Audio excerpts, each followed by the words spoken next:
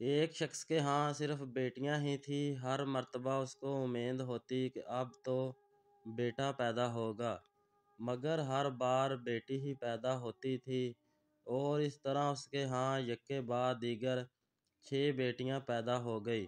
اس کی بیوی کے ہاں پھر ولادت متوقع تھی، اور وہ ڈر رہا تھا کہ کہیں پھر لڑکی پیدا نہ ہو جائے۔ شیطان نے اس کو بہکایا، چنانچہ اس نے ارادہ کر لیا کہ اب بھی لڑکی پیدا ہوئی تو وہ اپنی بیوی کو طلاق دے دے گا۔ اس کی گنجے فہمی پر غور کریں، بھلا اس میں بیوی کا کیا قصور؟ رات کو سویا تو اس نے عجیب و غریب خواب دیکھا۔ اس نے دیکھا کہ قیامت برپا ہو چکی ہے، اس کے گناہ بہت زیادہ ہیں، جن کے سبب اس پر جہنم واجب ہو چکی ہے۔ لہٰذا فرشتوں نے اس کو پکڑا اور جہنم کی طرف لے گئے۔ پہلے دروازے پر گئے تو دیکھا کہ اس کی ایک بیٹی وہاں کھڑی تھی، جس نے اسے جہنم میں سے جانے سے روک دیا۔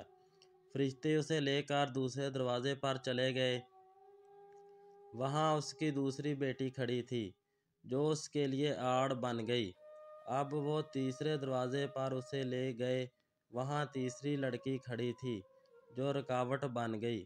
اس طرح فرشتے جس دروازے پر اس کو لے کر جاتے، وہاں اس کی ایک بیٹی کھڑی ہو جاتی، جس کو وہ اندر جانے نہیں دیتی، جس کا دفاع کرتی اور جہنم میں جانے سے روک دیتی۔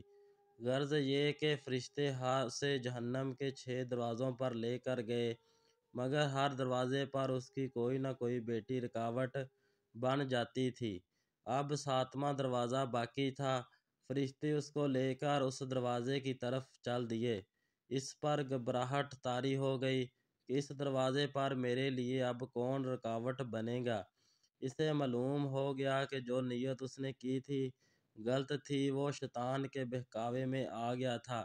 انتہائی پریشانی اور خوف اور دہشت کے عالم میں اس کی آنکھ کھل چکی تھی، اور اس نے رب العزت کے حضور اپنے ہاتھوں کو بلند کیا اور دعا کی کہ اے اللہ پاک، مجھے 7ویں بیٹی عطا فرما۔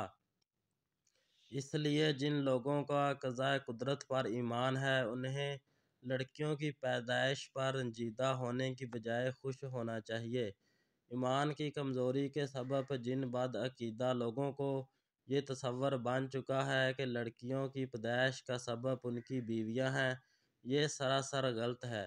اس میں بیویوں کا یا خود ان کا کوئی عمل دخل نہیں ہوتا، بلکہ میاں بیوی تو صرف ایک ذریعہ ہیں، پیدا کرنے والی ذات تو صرف اللہ وحدہ لا شریک ہے۔ وہی جس کو چاہتا ہے لڑکا دیتا ہے، جس کو چاہتا ہے لڑکی دیتا ہے، اور جس کو چاہتا ہے لڑکے اور لڑکیاں ملا کر دیتا ہے، اور جس کو چاہتا ہے بانجھ بنا دیتا ہے۔